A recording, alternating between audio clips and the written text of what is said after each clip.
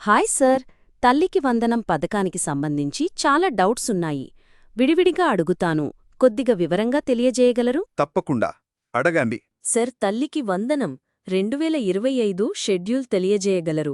June 16 నుండి 20 వరకు అర్జీల పెట్టుకొనుట. జూన్ 21 నుండి 28 వరకు అర్జీల వెరిఫికేషన్.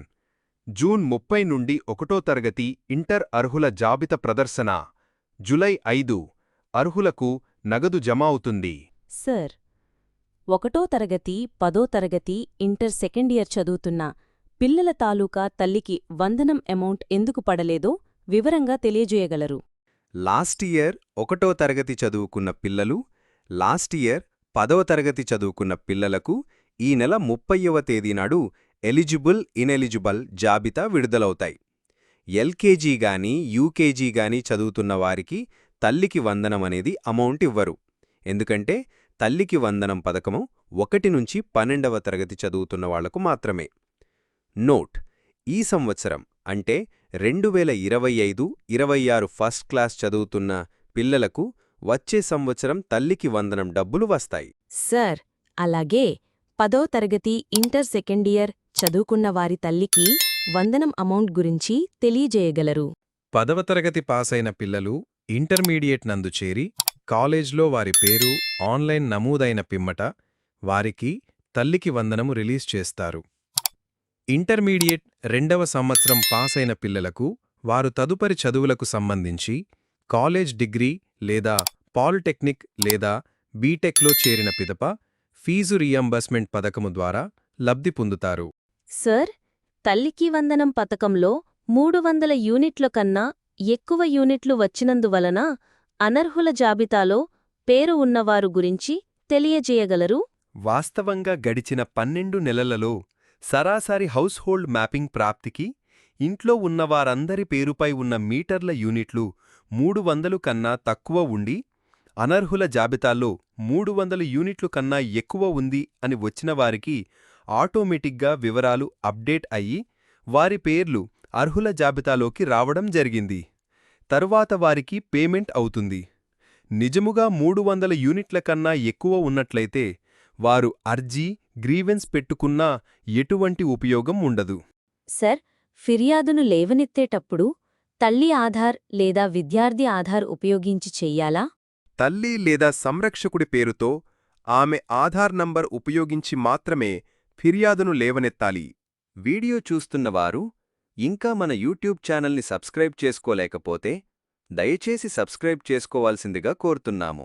సర్, కేంద్రీయ విద్యాలయాల్లో చదువుతున్న విద్యార్థుల పేర్లు కనిపించడం లేదు. వారు అర్హులేనా? తెలియజేయగలరు? గుడ్, చాలా మంచి ప్రశ్న. అటువంటి విద్యార్థుల అర్హతకు సంబంధించి పాఠశాల విద్యాశాఖ నిర్ణయం తీసుకుంటుంది. సర్, ఒక తల్లికి 2 లేదా 3 పిల్లలు ఉండి ఒకరికి మాత్రమే ఆ మొత్తం వందితే ఏమి చెయ్యాలి?